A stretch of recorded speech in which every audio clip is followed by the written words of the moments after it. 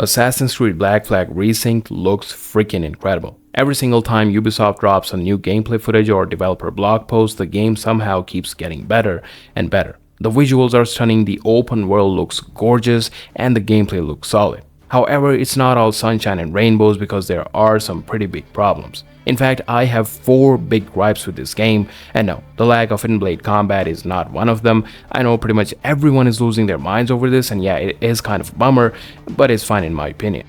I think the lack of in-blade combat or the change in the combat system isn't really that big of a deal because the real problem is something else entirely. Something that proves that Resynced is the first and the last good Assassin's Creed game in the last 10 years. But to understand it all better, let's first talk about some of the things Ubisoft is seemingly getting right, because once you see the good stuff, you'll see the contrast and understand just how hard the bad stuff is about to crash into it.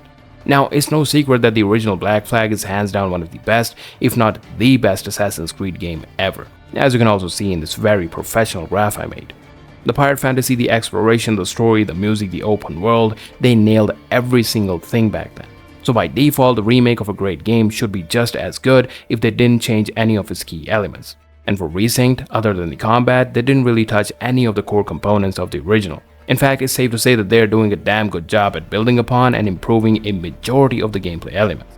If we ignore some of the issues, we can agree that Resynced definitely improves a lot of things and adds several features that were impossible to achieve back in 2013.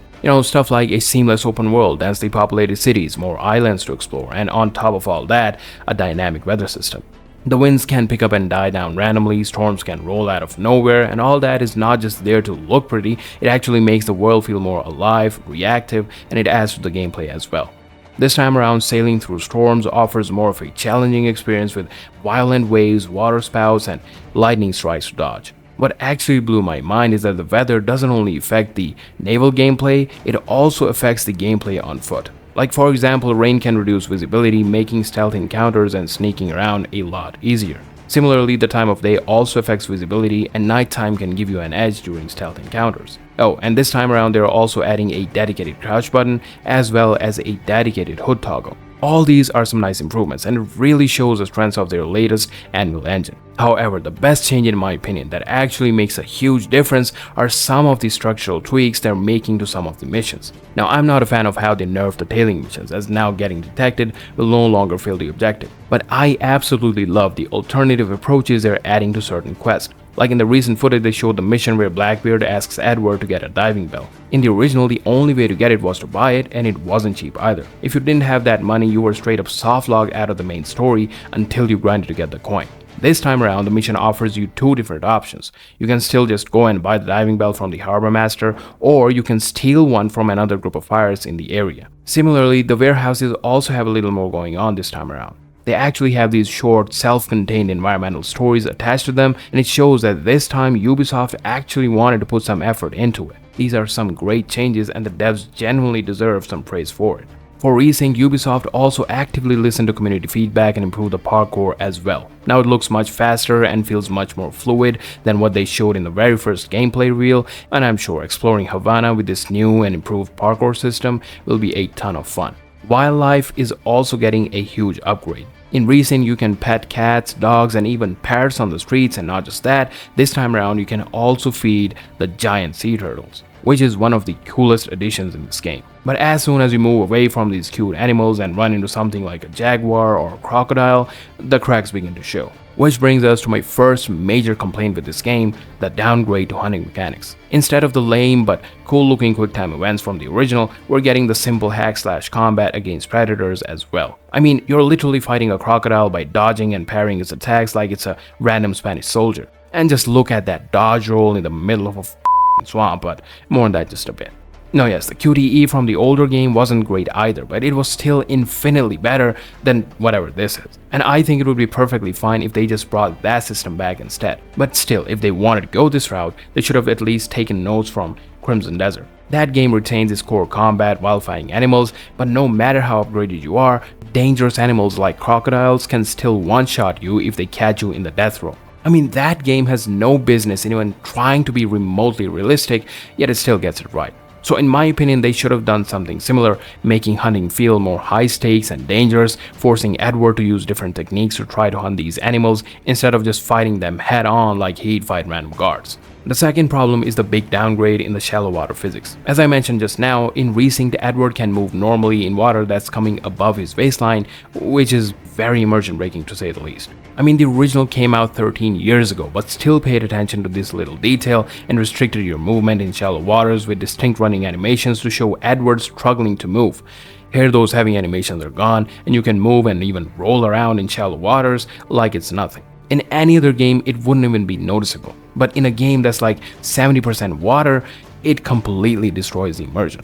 Speaking of 70% water, the third problem I want to talk about is actually just a huge missed opportunity. In Resynced, they introduce a cool new autopilot feature, which they're calling the Follow Sea feature. You can just select a location on the map and the ship will automatically go there. However, it only works as long as Edward is at the helm, and it literally makes no sense. I mean, what's even the point of having this feature if you can't leave the helm and explore your ship while it's sailing full speed ahead? This is something I actually wanted back in the original as well. The ability to leave the helm for Adewale or a helmsman to take over while I explored the jackdaw. You know, go to the captain's cabin, socialize with the crew, or just dangle from the side of a ship looking like a badass while taking in the views. In fact, I'd even go one step further and say that there should be board games on your ship as well that you can play with your crew while your ship is cruising on autopilot. Now, the devs are saying that they didn't do it because the Caribbean is a dangerous place and your ship can get attacked at any time or get caught in a storm, which is completely fair. But you know what, whenever you enter conflict, the bells start ringing and the crew starts yelling. All that commotion could be used as a nice, immersive cue to force you to drop whatever you're doing and get back to the helm. The only thing they probably need to do is balance the damage, ensuring that the initial ambush doesn't completely wreck your health bar so you can still manage to take control of the situation. Something like this would completely elevate the sailing experience, making the jackdaw feel less like a transport and more like a home with a living, breathing crew. This is a huge missed opportunity in my opinion, and they really should consider tweaking this feature before the game drops. But you know what? As frustrating as those gripes are, at the end of the day, they are still just mechanical flaws, most of which can be patched out later. And if not, you can still probably adapt to the weird physics, you can still live with half-baked autopilot features, but Ubisoft actively butchering the artistic soul of the original game, that is something hard to watch. Which brings us to the fourth and the final problem, the biggest red flag of this remake, the colossal downgrade in the cutscene quality of the newly added content. In case you didn't know, they're adding around 6 hours of brand new content to this remake. This includes main story missions and some side missions as well. Originally when I heard this I was pretty skeptical because I was fully expecting typical Ubisoft bullshit. But then in the showcase interview, John Guedin, the creative director of the original Black Flag, said this. Well, actually I felt like playing Black Flag, and not even noticing where the original end was ending and when the new content that Paul and the team wrote was starting. Now hearing him say this kind of convinced me that maybe, just maybe, this time Ubisoft didn't mess it up. But after seeing that new officer questline with Lucy Baldwin, I'm convinced that either they didn't show him that or he's blind. I mean, just look at the remake quality of this original scene. Give your quarry something to fear. Some hellish thing from a fever dream. And men will drop to their knees, pleading for their lord before all else. Oh God. Looks fine. Of course it does. There's not even a speck of doubt that it looks great, and it really shows what their new Anvil engine is actually capable of. But now compared to this scene from the new questline. I'm your passage out of here. Quickly. I don't know you from Blind Bart. I need a shipwright, and you're in need of better lodgings. That's it, time to go. It's me or the hangman. What the f is this? It's not just that the animations look incredibly stiff, but even the writing and the basic logic here are completely broken. Like dude, I don't know about you, but if I were held captive in a dark cage inside an enemy ship and some random pirate came in and slaughtered all the guards, I'd be clinging to those parts, eager to get the hell out of there as quickly as humanly possible, begging the guy to unlock the door. It doesn't even matter if I'm a grown-ass dude. In a situation like that, anyone would be desperate for help. However, Lucy just sits in that cage completely unbothered like the strong, independent woman she is. It takes Edward literally spelling out the entire situation for her, followed by a distant explosion to finally get her ass moving. And then, this is what she says. You make a fine argument. Lead on. He shouldn't even have had to make those arguments in the first place, you stupid. And it doesn't stop there either, because in the next scene, Edward's still desperately trying to convince her to join his crew, giving her a sales pitch like how she won't find a better place Then than the jackdaw. when she's still not convinced, he's like, I need you. meanwhile, she's talking down to him, telling him how he needs to do her a favor and then she'll think about joining his crew. Why, you ask?